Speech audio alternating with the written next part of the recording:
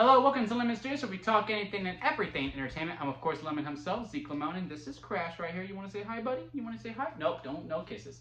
And this is my review for Monday Night Raw of July 15th, 2024. But before we get into that, let's get the house clean out of the way, shall we? Leave a like, comment below, let me know your thoughts on this week's episode of Monday Night Raw. And, of course, hit that subscribe button as it helps me grow into my YouTube career. I would greatly appreciate it. Now with all that out of the way, let's get into the review. So, I would say this was a very beefy Raw. Again, we're on the road to SummerSlam. Again, wish there was a little bit more space between the shows because, like, for instance, the Drew McIntyre segment. It was a great segment, don't get me wrong. And yes, the match will be official at some point. I would have liked Drew to be suspended for more than 1 week before bringing him back and having this kind of segment. It would have added a little bit more juice, in my particular opinion. Again, the segment overall was great, and again, Drew makes a lot of great points. Punk didn't have to do any of this, and Punk is just as guilty as with McIntyre. The only difference is, Punk hasn't actually assaulted referees or assaulted the GM, and that is Drew's undoing. And also, I am curious to see how Seth plays into this, because I think it is going to be just Drew versus Punk. Will Seth be special guest commentator, kind of doing what they did at WrestleMania, but Seth being the instigator? Maybe he's special guest referee, because I highly doubt we'll have 2 triple threats at SummerSlam, because it does look like the Intercontinental title will be the triple threat between Ilya, Sammy, and Braun Breaker. Which, watch out, we got a mini classic on that hand, contender for match of the year for sure. It was a great segment. I just think, let's say Drew was off for 3 weeks. He was suspended for 3 weeks, and then he's brought back to do this, and then we have this segment. I think there would have been much more juice to it, as opposed to, okay, well, he had the week off, because that suspension, what does that, what impact does that have? He missed 1 episode of TV. But overall, it was a great segment. I just wish, again, there was a little bit more space. Now, as for the Intercontinental title picture, I'm just really happy that the Intercontinental title just feels so important. And, it was great that it was a main event match. It was a main event match caliber. I just don't think the post-match angle was a main event caliber post-match segment. I think, hell, even though I'm harping on the Drew segment quite a bit, that could have closed. Damien and Gunther's face-off could have closed. The Wyatts segment probably should have been the closer to be the real teaser to go through it. But they put this at the main event, and they did fine for what it is. It was just that everything else that was coming before it, I just think for this show, that could have been, they could have flipped the Y6 segment and the Intercontinental match in different places, and I think the flow of the show would have been a little bit stronger. But I am glad with what they're doing with it. I was really pleased with the promo off between Ilya and Sammy, where Sammy really put Ilya over, and I think it's going to work for quite a bit, because you hear the crowd when the promo's over, when Sammy's like, look, you're me. And how he's explaining how you fight from underneath, and it's gritty, it's dirty, and that's what I need to fight against. And, the crowd clapped. Like, they thought that promo was good, and I think it's going to resonate off the TV as well. That's going to be really good heat for Ilya. And again, the match that they had was absolutely stellar, but it was one of those matches while I was watching, I was like, well, even though Braun was left by security, I know he's going to come back. And sure enough, he did. Like, I knew there wasn't going to be a finish to it. So again, if you know there's not going to be a finish, and this was the right thing to do. Don't get me wrong, Braun Breaker definitely should have interfered. He definitely should have spilled Ilya. He definitely should have spilled Sammy. And he should have been standing tall, looking like an absolute beast, or a dog, if you will. It was also really cool when he came out and everyone started barking. It is the right thing to do. That was the way to go. It just didn't need to go last, in my personal opinion. As for the Y6 stuff, I thought it was absolutely stellar. I mean, the Eric Roman VHS tape was too real. Like, it's one of those things where, like, damn, this is so good. I mean, that quote of, with broken hearts, we're gonna make incredible art. I think I'm butchering it, but we're definitely gonna see that on a bunch of people's bios on Twitter and Instagram and all of that, because it is a good quote. And it just felt so real. He was just coming from a place. I don't know if they really gave him notes on what to say within the promo, because it really did just feel so natural. And again, it just felt real. How he's like, I mean, even the start, because I used to have a family. I was like, oh man, I was starting to get teary-eyed as well. What they're doing with this Wyatts stuff is very, very intriguing. And I'm just going along for the ride. And again, it's just the right amount of spooky, but yet realism. And, you know, Chad Gable coming out and does look like at SummerSlam, we are going to get the 6-man tag. The Creeds are finally with him. I'm a little nervous because the crowd didn't make much of a reaction. I guess because they were waiting for the Wyatts to come out. They were waiting for those lights to go out. That they knew, okay, yeah, cool, the Creeds are out here. They're finally with Chad. Awesome. One of the lights going out. I'm ready to make noise when the lights come out. And it was just like one of those anticipating for that moment because the Wyatts are so over. So it could be a case of that, but still, there really wasn't much noise, at least on my TV anyway, that I am kind of nervous to see how they pivot with this trio, because I do think there is some sauce here. There is definitely something there with those three. It's just going to be hard because there's no way they would win at SummerSlam, and their first time as a group, they're going to lose, and they're probably going to lose pretty single-handedly. I don't see it being 50-50, even though it could very well be a 50-50 match. It's just, I just think you really want to put these Wyatts over as monsters. They got to squash.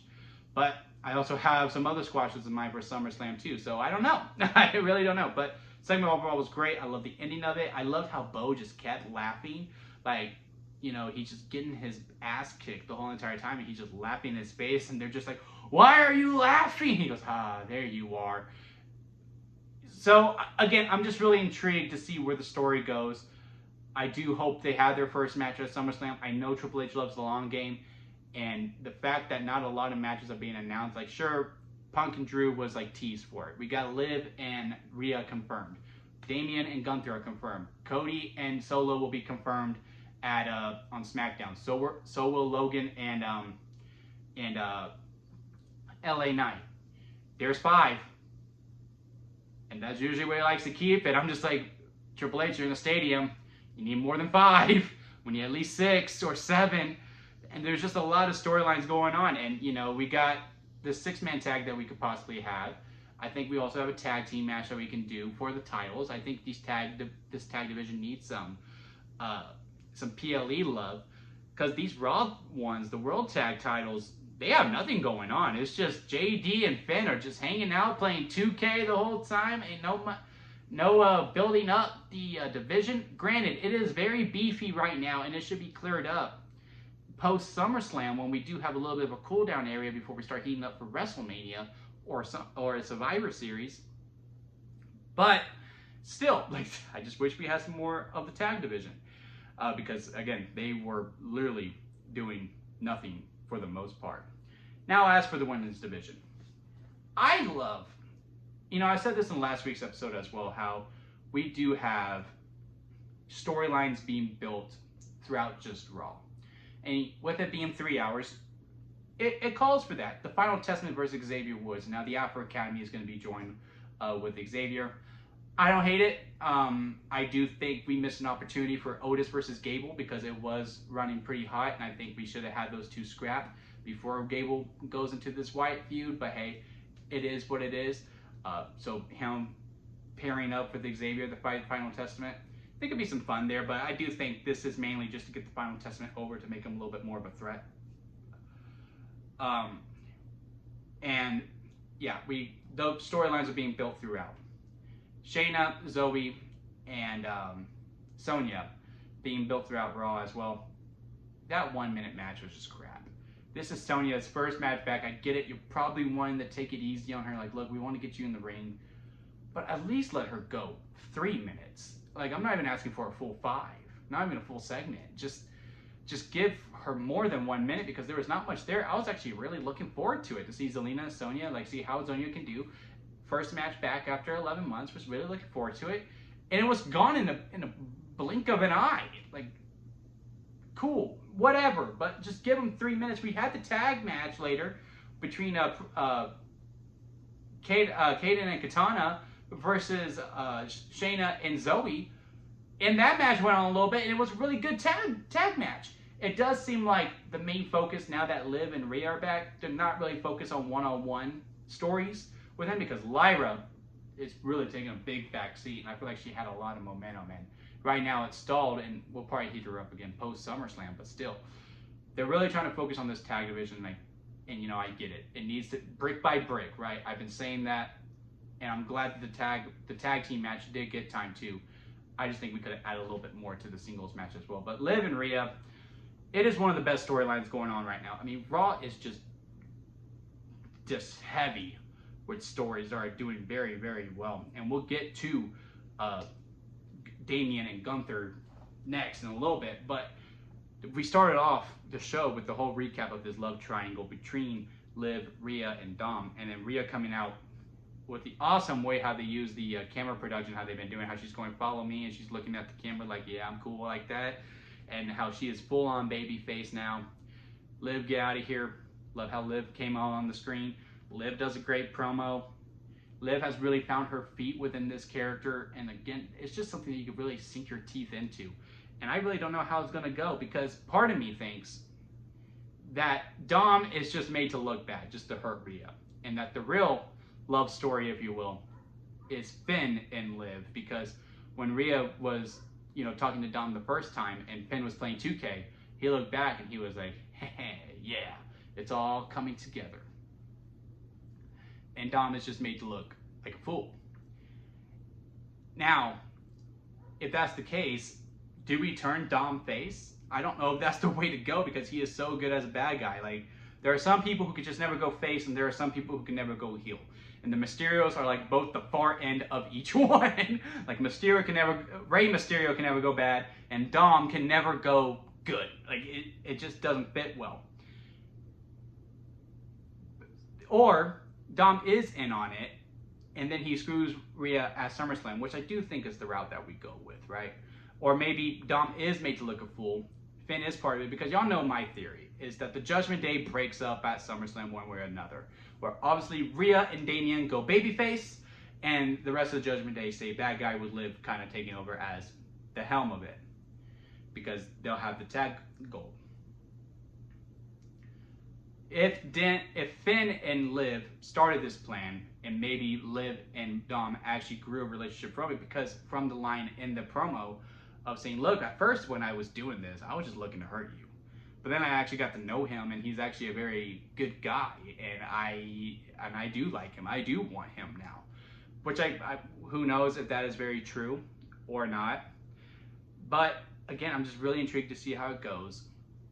Rhea had a great promo back. Can't wait for the SummerSlam match, and I really don't know which way it will lean. My gut says Liv wins with the help of Dom. But again, who knows what will happen. And then we're going to close off with with Damien versus Gunther.